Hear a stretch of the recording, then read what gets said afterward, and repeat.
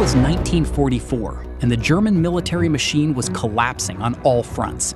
The V-1 flying bomb had caused panic, but it was ultimately too slow and vulnerable to interception. Adolf Hitler demanded a more terrifying weapon to strike back at the Allies and break their will to fight.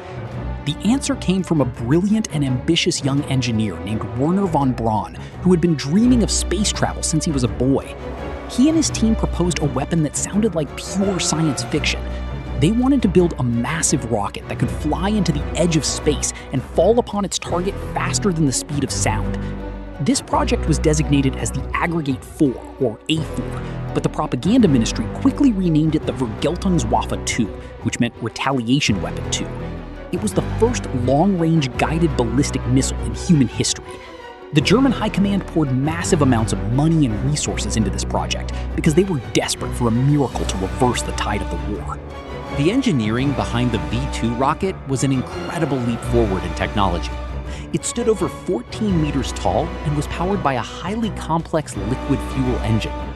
This engine burned a mixture of water and ethanol alongside freezing liquid oxygen to generate massive thrust.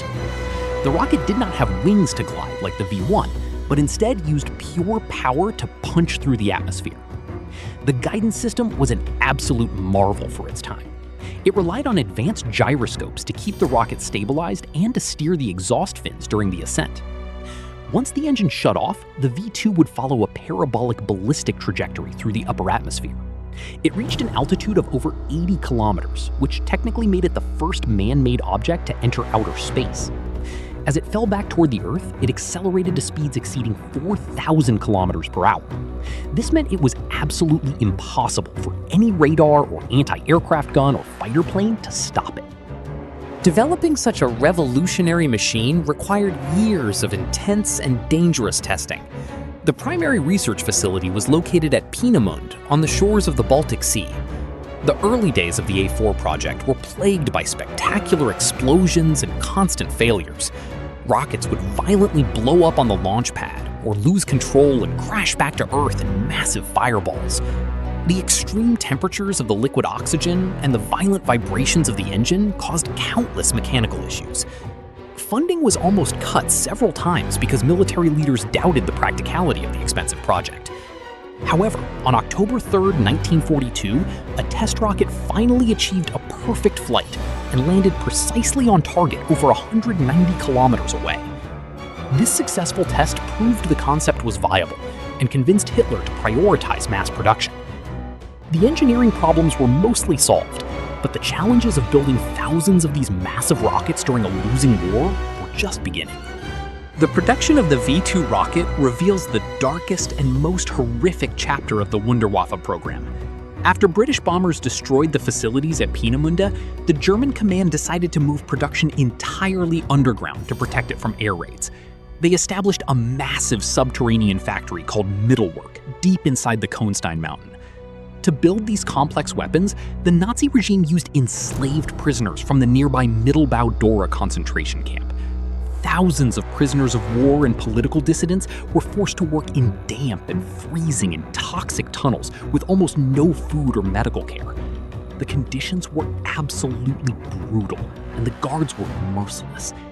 It is a tragic historical fact that more human beings died building the V-2 rockets in those underground hellscapes than were killed by the weapon exploding on enemy cities. Over 12,000 forced laborers perished during the manufacturing process, which stains the technological achievement with profound human suffering. By September 1944, the terrifying V-2 rocket was finally ready to be unleashed on the Allied nations. Unlike the V-1, which needed huge, permanent launch ramps, the V-2 system was highly mobile and very difficult to track. The German military used specialized transport vehicles called Meilerwagen to move the rockets through forests and cities. A launch crew could drive into a clearing, raise the rocket, fuel it, and launch it within a few hours before driving away to hide. This mobility meant Allied bombers could almost never find and destroy the launch units. The primary targets were the city of London and the crucial supply port of Antwerp in Belgium. The attack of a V-2 was a uniquely terrifying experience for the civilians on the ground. Because the rocket traveled faster than the speed of sound, there was absolutely no warning siren and no buzzing engine noise. The massive explosion happened in complete silence, and the deafening sonic boom would arrive a few seconds later. Entire city blocks were instantly vaporized without a single second to run for shelter. Despite the immense terror it caused, the V-2 rocket was a strategic failure for the German war effort. It was an incredibly expensive weapon to produce, and each rocket carried only a 1,000-kilogram warhead, which was roughly the same as a single conventional bomb dropped by an Allied airplane. The guidance system was advanced, but still not precise enough to hit specific military factories or crucial bridges. Instead, the rockets simply fell randomly into sprawling urban centers. Over 3,000 rockets were launched during the final months of the war, causing terrible destruction and thousands of civilian casualties in England and Belgium. However, this campaign of terror did nothing to slow down the massive armies of the Soviet Union approaching from the east, or the American and British forces advancing from the west. The V-2 drained crucial materials and scientific minds away from producing fighter planes and tanks that Germany desperately needed to defend its borders.